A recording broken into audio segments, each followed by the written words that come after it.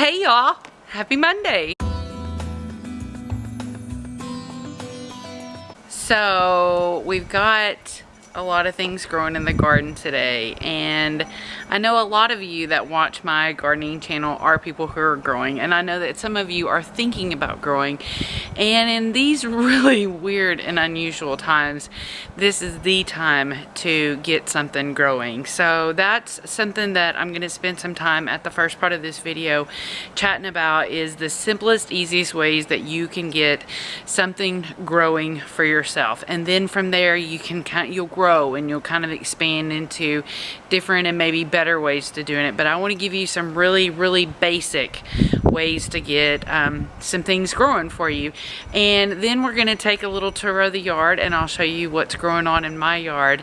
But more importantly today, I just want to inspire anybody and everybody to grow something right now and to start to establish some type of food security for yourself, whether you're on a balcony, whether you're in a backyard.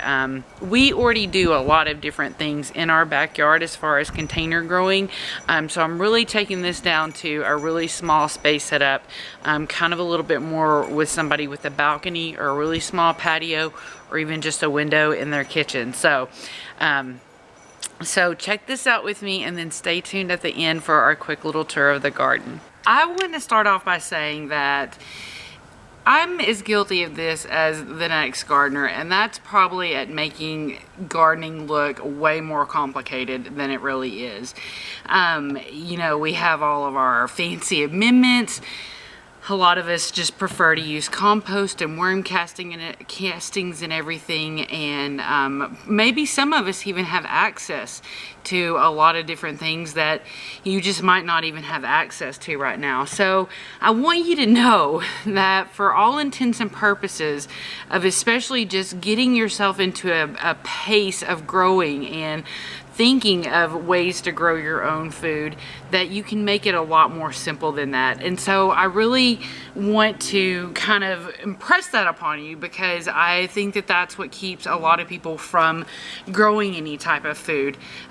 Jessica over at Roots and Refuge one time, and I could do a video like this, but it's so simple. You know, she did a video once where she showed how she just get a bag of soil, a bag of potting soil, and she'd go and just cut slits in the top of the bag and plant her plants directly into that and grow from that. So that really can be as simple as you get with your gardening. You've seen me garden in kiddie pools. You've seen me garden in 5-gallon buckets. I get those buckets from Firehouse Subs for, I think it's now about a $2 or $3 donation.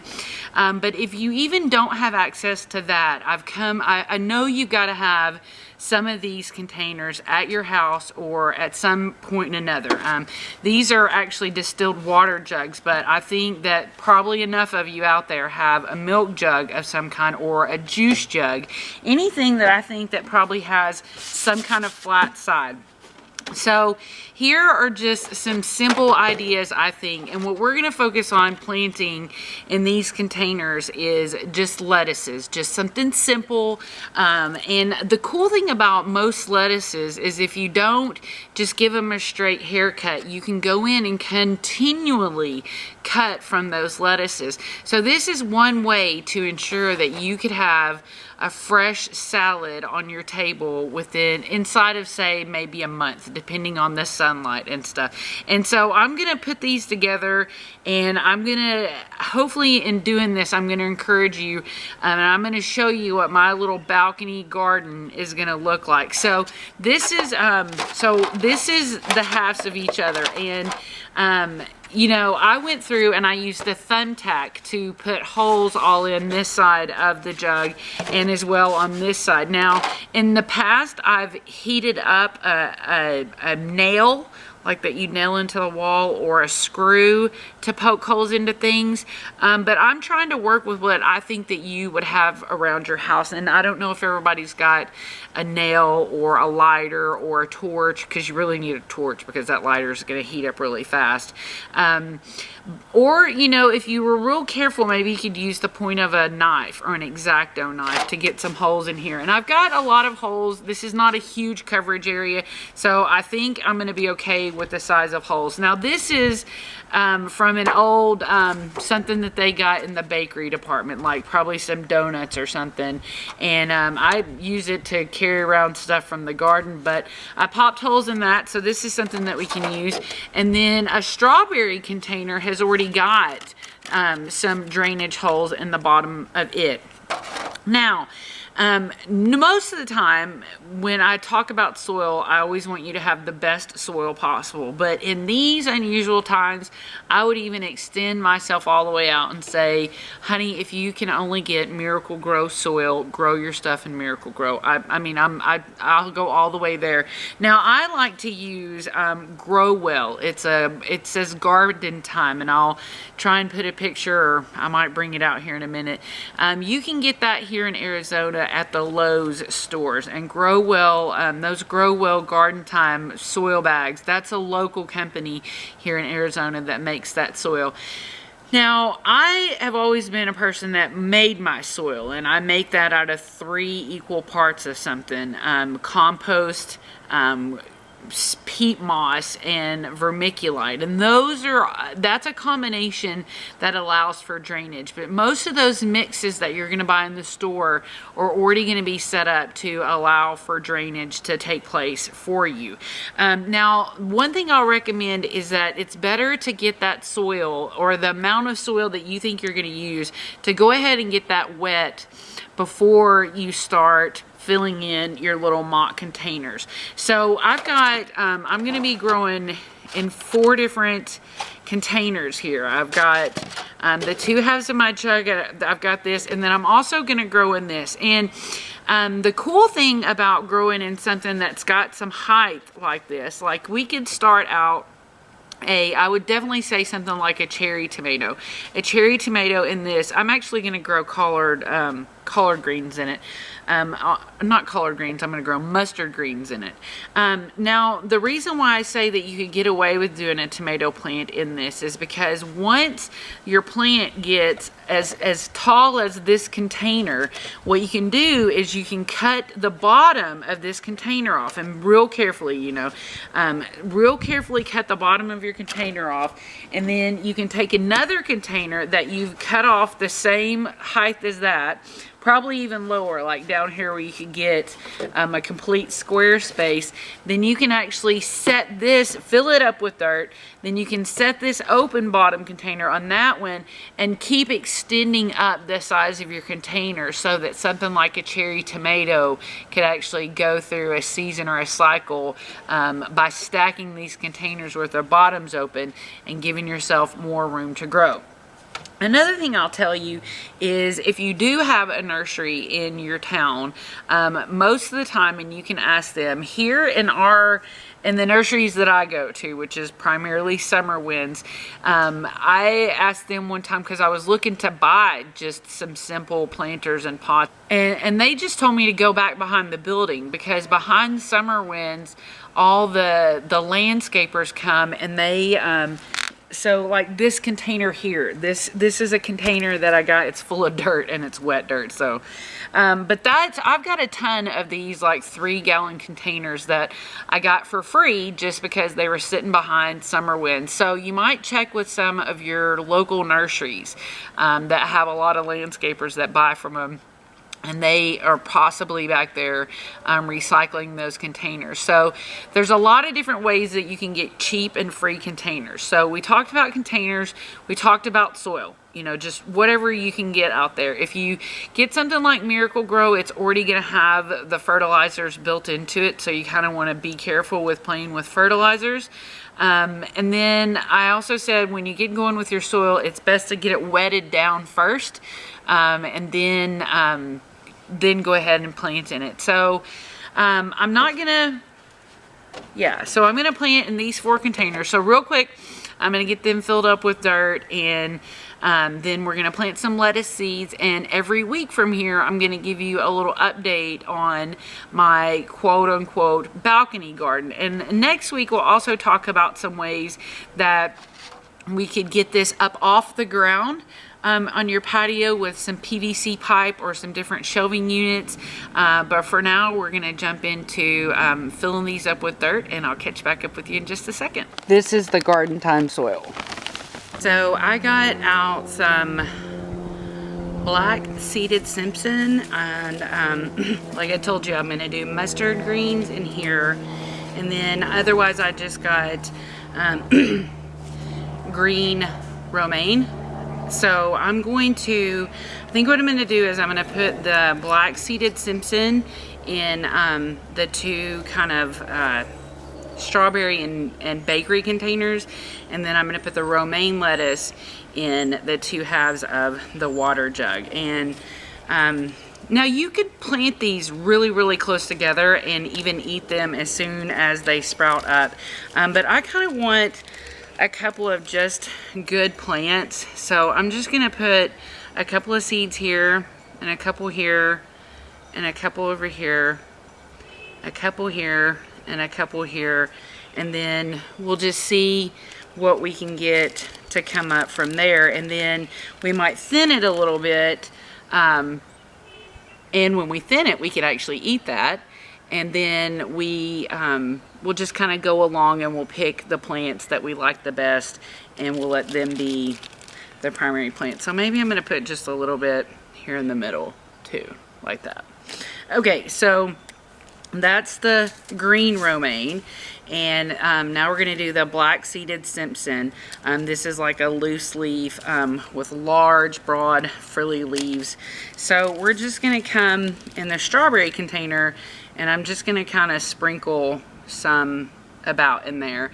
And I'm going to kind of do the same thing in the, we're going to call it a donut container. So I'm going to get just a little bit more, and I'm going to do one little light last sprinkle through here. And then that way they will be too terribly close together, but they will kind of be close together. And then in the mustard greens, I'm probably just going to, there's a little root here hanging over. I'm going to just kind of sprinkle some in. I'm going to put a little bit right here. I'm going to put a little bit over here, and I'm going to put a little bit over there. And then, like I said, maybe a little bit in the middle. And then I'll pick out the plants that I like the best. And same thing with these seedlings. You know, I'll just be able to eat them as I thin them. So now, lettuce seeds especially like to have a little bit of light, so you really don't even have to do much to cover these up. You can just really sprinkle in just a little bit of soil on the top to cover those up, and then the little bit of sun is going to help them pop right on up. And this soil is just, actually it's soil that I'm reusing from a bucket, so it's not amended. It's, you know, it's grown 1 or 2 plants at least in it since it's had this soil. And so it's not the super best, you know, so it might be, you know, similar to something that you get, or maybe even what you get will be even better than what I've got here. So just lightly sprinkling a little bit on here and just tamping it down just a little bit. And now with seedlings, you want to kind of water these every day. Now, if you're doing this in the house and with these smaller containers, I would really probably use a spray bottle more than anything to just get the soil misted to get them to come up. And then after that, you can get, you could use a little water bottle. You could make do with what you wanted to do in terms of a watering container. But keep it simple. That's the most important thing here, is that I want you to see how simple things can be, so that you and anybody you know, can be more encouraged to garden and get some things growing. And then, when you can figure out how you want to build a bed and get all big girl about it or big boy about it, then, you know, you can move on to that level. But right now, I want to see everybody, you know, making some kind of strides to getting some food growing in their house. So next week when we check in, we'll be able to check in and see what's going on with our little balcony salad garden, and that should be fun. And until then, I hope that you guys enjoy our tour and that you are experiencing some joy in your life. And if not, tell me down below how I can bring some joy to your world. I am just crazy in love with these flowers right now. I mean, they're they're almost 4 feet tall in some places, and the bees love it. I mean, they just love these. The girls and Dale, my husband, love coming and popping these off too. They're really sweet tasting, but they leave some for the bees. And like I said, I'm just crazy about all these flowers right now, and they're just a big bee haven. This is all the cilantro that's gone to flower, and it just smells awesome, and it's such a nice attractor for the beneficial bugs. This bed over here is obviously starting to go to flower. And this is how cilantro ends up all over my yard, because when this dries out, these seeds are gonna fly everywhere, and that's okay, you know, we don't mind. This one over here is going to flower too. It's got that little center part that's about to fluff up and become a flower. And I'm trying to look around and see if I see any of the beans that we planted coming up, but I don't see them yet. And the romaine still looks pretty, but you can tell that there's a hard stalk in there that's getting ready to come up. So this is our sweet little kiddie pool that's about to be our bean pool. Still waiting for the okra to pop up over here. I wasn't as good about watering these last week, but I do have a double hose now coming over here that'll help me out. And look at this. Now, this is the awesome thing about letting stuff go to seed, because we didn't plant any of this, and it's just amazing. The nasturtia is climbing up the tree. All of this is blooming and reseeding as we speak, but all the girls and I did was try to keep this free of weeds. And so I just love how it's going, and I love how it's growing. Here's a little volunteer tomato. This is the wild Texas cherry, so it just keeps seeding. And so that's our lovely little flower bed there. Super excited about this strawberry bed. This one plant, I wish I had more of these, because they're just popping with strawberries everywhere. More coming out all the time. That's why I've got that tool over there. I think everybody should have some of this in their garden. It's like 99 cents a yard, and it's great for covering up things, and you know that you can keep the birds away from eating your strawberries. So there we have that, and all the pretty little flowers. All the volunteers. You can see this is like in a square shape, because every time we mow or weed eat, I put a big Rubbermaid container over this, and then we weed eat around it. So that's how it's keeping its perfect shape. And we moved our feeder over here for the birds. The calendula are just looking beautiful, and I think with the new light that they're getting, instead of laying down like these are, because they are laying down, they've chased the sun. Because see, this is actually where the bed is. So if we lift these plants up, you can see, I don't want to break them, but they're about 2 feet out from the bed chasing sunlight. But some of them are starting to go up tall, so maybe they'll start straightening it up. And pretty little nasturtias. There's not a lot of joy over here in this bed. These smaller plants are kind of happy. The bigger ones are looking okay since I fertilized them, and some of the lettuces that the girls planted are starting to come in, so that'll be fun to see those. Some of the tomatoes look happy, and Some of them look so-so. A lot of them, or a couple of them, like these here on the back row, were pretty root bound when we got them. So they've had a round of fertilizer, and now tonight I'm gonna do a foliar feed with the Soil Diva and see if I can get them more excited about life. Even though several of them have got flowers and it looks like some tomatoes starting to form on them, but we definitely like to see them get bigger than they are. And everything over here is happy. I haven't seen any aphids come up on these transplants, so that's good. And this is kale that we replanted in here, and it looks like there's a little bit of kale growing off that stem right there. And this bed here is got its first round of fertilizer too, because these babies were definitely needing it. We're not seeing any green beans come in yet.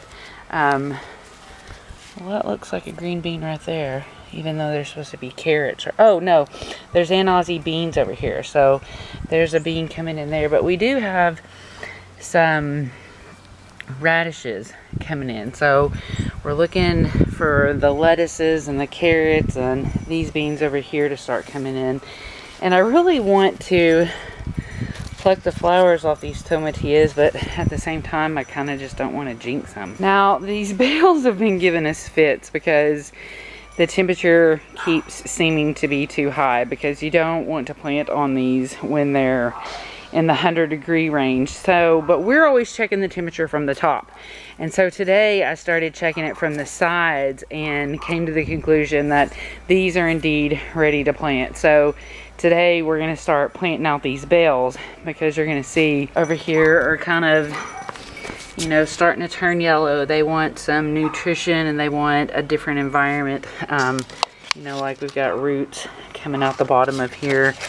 So my little herb garden is happy. We used some rosemary last night on a steak. The lavender's happy. The mint's coming back. Look at that oregano. I'd cut that back to nothing, and it's really just sprucing up. Okay, well, I hope you enjoyed those handy little tips on different little things that you could use in and around the house. And I hope that if anything, it encourages you to think of other things that you can use as well.